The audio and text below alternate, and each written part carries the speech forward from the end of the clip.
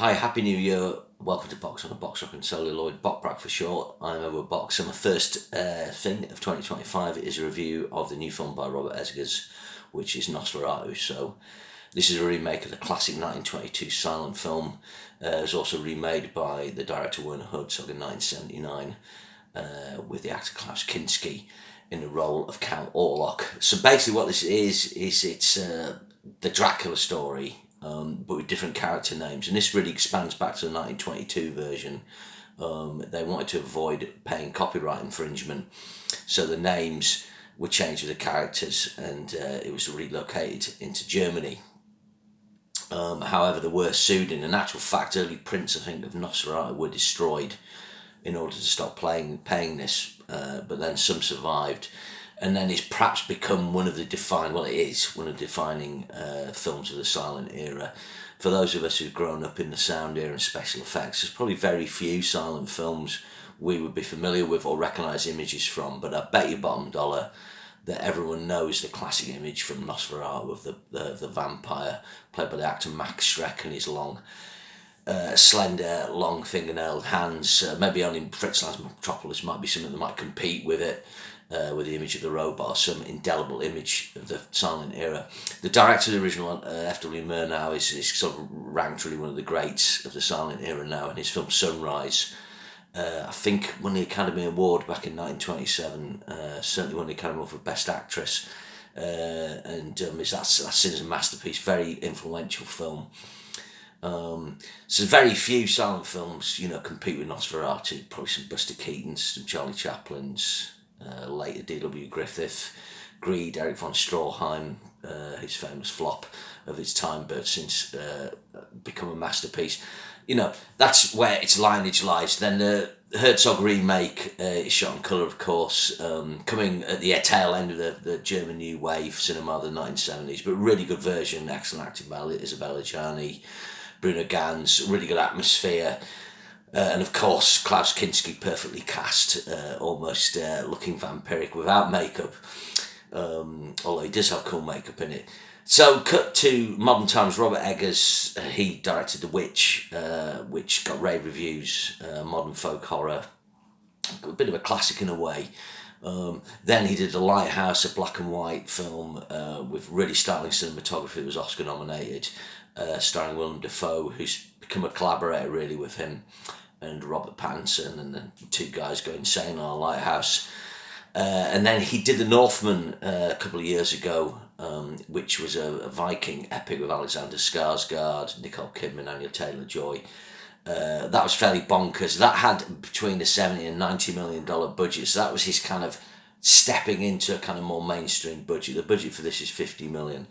Northman didn't do that great, but I think it did well on video on demand, VOD as they call it. So maybe it made some money back that way. This film's just opened in America. It's done very well, probably because the trailers are excellent. There's nothing else like it out in the marketplace, and people who love sort of true cinema will probably be drawn to this. So what's it like? It looks stunning. That's the first port of call. If you've seen the trailers for this, it's a feast for the eyes. The cinematography, just get the guy's name, pardon me. I'm just looking here, my notes on the Wikipedia. Yarin Blaszek, I think that's how you pronounce it. So this guy's really his work with Eggers is what stands out, and there's bits where it's got very sort of muted browns for the interior shots, kind of recalling, if you've ever seen Robert Altman's McCabe and Mrs. Miller, the interiors on that, it's kind of got that kind of fogged quality to it, with great use of sort of candlelight and so on. The exteriors have that sort of more desaturated look, and the closer the character gets to the castle at the start, the more muted the tones become, it almost becomes black and white. There's some stunning images early on the trip to the castle. I have to say that sequence was the standout of the film to me. It was one shot and it was just it's amazing. The acting sort of veers between very good and sort of a bit hammy, and this is where Eggers, I think, he can be quite divisive. I really like his work. I'll tell you, I went to see my wife today. She didn't like it at all. She didn't like The Witch, and so on. So it's some people, really, really like what he does. Other people don't, and I don't think there's a big in-between with him. I suppose people would call this part of like what they call evolved horror, elevated horror. I don't know if that's the right phrase, but in that respect, Eggers is like Ari Aster, who did Midsommar and Hereditary, where, you know, you kind of almost have literal moments, so to speak. The things will be ambiguous, but then it will literally be what it is. You know, if you've seen The Witch and The Northman and so on, you'll know what I'm talking about. But this looks great. The musical score's good. Cinematography. Lily Rose Depp's very good. Her performance, it's kind of it's got elements of demonic possession, basically. So the Dracula character Count Orlok is kind of possessing her mind and soul. And in actual fact, if you've seen a film called Possession, a French film by a Polish director, his name escapes me now, you can probably see that on Mubi. The performance of Isabelle Adjani in that, who's actually in the Nosferatu remake in 1979, that's clearly inspired Lily Rose Depp's performance. She has, you know, these are some of the influences on the film, and she was instructed to watch that film, you know, to get sort of inspiration and notes. Willem Dafoe sort of hams it up. Hams it up is good fun. Nicholas Holt's very good. Simon McBurney is playing what I'd call a Renfield character, although he's not called that, and he kind of hams it up a bit, but I quite like the craziness of his performance. You know, he can manage just to out-crazy Tom Waits in Coppola's Dracula. But what's interesting with this is it's the character name. So Bill Skarsgård plays Count Orlok Nosferatu, the creature. So again, you know, he would have. That's when the original changing name from Dracula. Nicholas Holt's Thomas Hutter. Well, of course, he's Jonathan Harker. It's him who gets the covenant, the deed of covenant, the legal paperwork that he has to take to Dracula's castle. Lily Rose Depp is Mina Harker. Obviously, that's the character who Dracula becomes obsessed with. In the 1979 version of Dracula by John Badham with Frank Langella's Dracula, if you've not seen that, that's my favourite version. It's actually the Lucy character, who's played by Emma Corrin in this, but she's got Anna Harding, who Dracula gets obsessed with. He kind of flips it. Obviously, Willem Dafoe's character is based on Abraham Van Helsing. And Simon McBurney is obviously the Renfield character. And Aaron Taylor-Johnson, who gave not a very good performance, if I'm honest, plays Arthur Holmwood.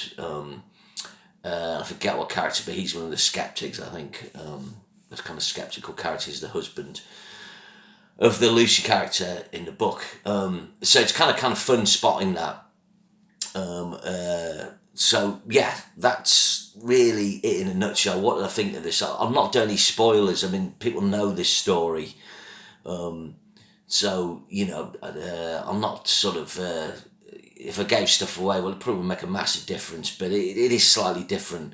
My biggest criticism of this, it was a bit too long. It's 132 minutes, which normally would be okay at just over 2 hours, but it felt like after a while it was kind of dragging a bit, and they could have trimmed certainly 10 to 15 minutes. It would have sharpened it up. I think the strongest part of the film is the first bit and the trip to the castle and all those bits. When it sort of comes back out of that into the other bits, it's maybe where it loses its pacing, but I did really like it. You know, All the Money's Up on the Streams is a beautiful looking film. It's kind of a filmmaker without compromise. It's a kind of singular vision. Even though it's a remake, it's very much Robert Eggers' take on Nosferatu. Whether, you know, obviously it's going to find a bigger audience than he's usually used to. How this will affect his career, I don't know. I don't know how far off his filmmaking is from becoming, not been known as Robert Eggers, or what do you think of the new Eggers film? You know, the same way we discussed Scorsese or Kubrick or people like that. But it is good. I'm probably going to give it, I would hover up to an 8, but maybe a 7.5. There's a part of me wants to give it more, but it's that pacing issue. But if you like vampire films, you're gonna have to see this. It's part of the big lineage of those. And if you like sort of true cinema that's meant to be seen on the screen, you should see it. Just one other thing neglect to mention. I think this might be shot in 1:33:1. Don't quote me on that. It's certainly not 2:35:1 the ratio. So 1:33 to 1 is the classic, what's called Academy ratio of the sort of early days and pre-war era and post-war era of Hollywood. So clearly he's kind of done that to keep in a tradition, but I could be wrong with that. But yeah, so that's the end of my review. Check it out, and I'll continue to see you hopefully in 2025. Remember, share and subscribe, and I'll see you again soon. Thanks very much.